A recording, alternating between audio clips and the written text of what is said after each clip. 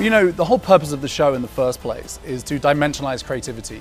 We wanted to understand what it is that the greatest creative disruptors from around the world and in different spheres of influences, what it is that makes them similar. What is it that they draw on to create creative ideas that redefines how we perceive their categories.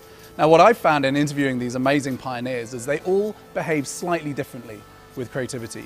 Donna Karan has an amazing vision, but she gels people around her with a consistent energy to deliver that vision. She is a visionary, but needs people to help deliver it. Tony Fernandez believes in the environment, the power of the environment. He believes that everyone has latent creativity in them, but you need to create a safe environment that encourages testing and trialing and supports failure in order to achieve true creativity. Now, Emmanuel Jal, who's the Sudanese ex-child soldier, spent 5 years as a child soldier in the Sudanese rebel army.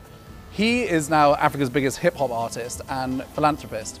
He believes creativity comes from his soul, from his history and from the pain he went through as a child soldier. So what I've learned is all the different dimensions that people bring makes creativity quite an amorphous entity. You look at Sajaki today, he doesn't create the tangible. He doesn't create things that you can see and touch and hear. He sees creativity as a behavior, as an attitude.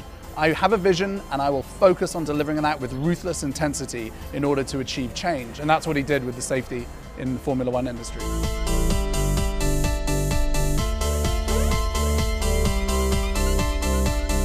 I feel really passionate about this. I mean, I'm part of the digital generation, so I'm as guilty as this as everyone else. But I do feel that we leap to execution too quickly.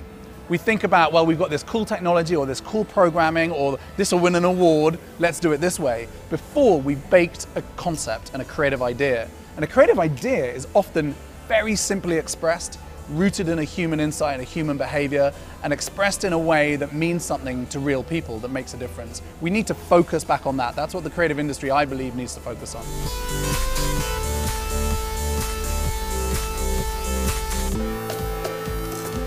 You know, the interesting thing is I don't think creativity and disruption needs to be hostile. And so we often see disruption and tense up a little bit.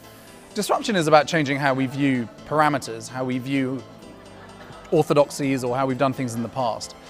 In order to do that, we need to understand what creativity means to our business. I think we need to go back to the naked version of creativity in its most simple form. Let's think about a concept and an idea.